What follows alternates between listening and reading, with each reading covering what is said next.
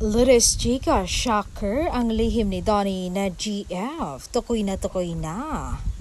Kwento ni Marites, ang GF raw ni Donnie ay inimbitado ng pamilya Pangilinan sa dinner nila kagabi.